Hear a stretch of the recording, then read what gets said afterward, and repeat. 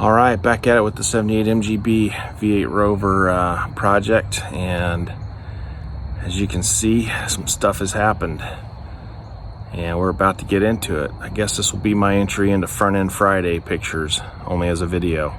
My name's Shane, I like to do car stuff.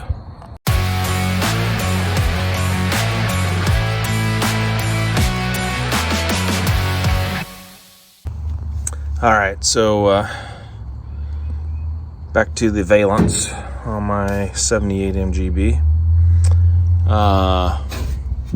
Soaked these down with PB Blaster on the back sides, the screws holding them in, and tried to take a few of them out with regular screwdriver, Phillips I mean, but anyway, I was using a diamond tipped one to try and make sure it gripped. It didn't work, so I'm gonna try my cordless, see if I can bump it a couple times back and forth. Let's see how much luck we have with these.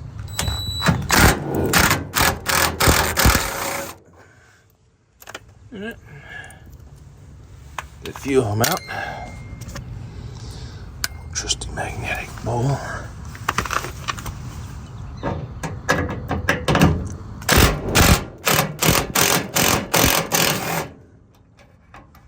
These are actually going better than I thought.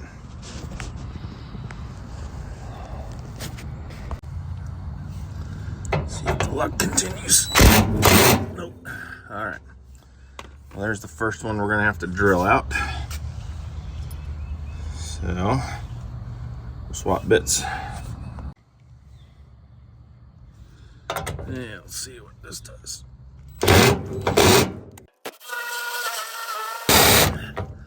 Make sure you wear your safety glasses. Now I could try my easy out. Actually, maybe I'll do that. All right, well, drilled it out with my, I think it's a 3/8, and not drilled it out, but I drilled enough of a hole in there. So I'm gonna try and use my extractor. I think it's a number 4. See if I can get that to break loose without damaging the threads, which is always good. So, dang, well, I thought I had, okay, I gotta get another device now. All right, got my extractor into my other cordless drill. See if we can make some magic happen. Oh, look at that. No, that didn't take much. All right, well, I guess I drilled through enough of it. So, perfect. I'll, well, actually not perfect, because there is still some of the screw left in there. So what I'll do is get my smaller extractor, see if I can use it in there. All right, well, there's the leftover. That's how much that 3/8 had drilled in there. Almost got it, but I will have to re-thread those. I'll just chase out with a tap, or maybe I'll just use some, let's see. All right, so these have captured nuts on the back side of this hole, so I'll just re-tap it, no big deal. Hopefully the rest of these go as easy as so far so good. I was actually expecting a lot worse.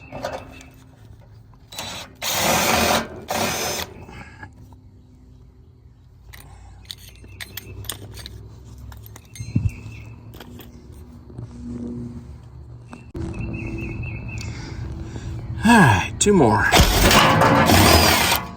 Didn't take much. Nope. Huh. Funny, it's the same one on both sides. Then I'm having to drill out. So, all right, we'll get the drill going again. Do that. All right, well, I tried to learn from the mistake I made on the other side. So I used a smaller drill bit. Oh, what is that? I don't know. Maybe a 1/8, 3/16 or 1/8. And that allowed me to use the smaller easy out. So I can see if I can break that free this time without damaging the threads. All right, the plan worked. Success. Got it out without damaging the threads on this one. So I got one I'll have to retap, and just barely.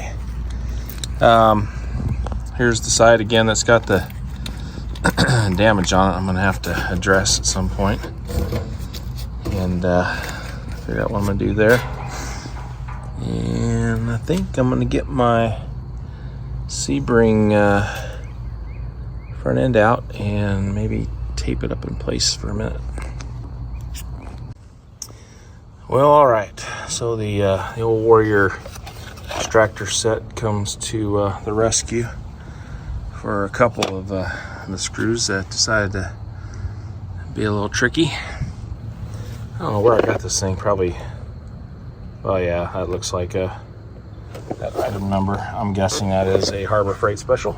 But hey, they do a pretty good job. I've used this several times over the last few years, and I've never had any problem with it.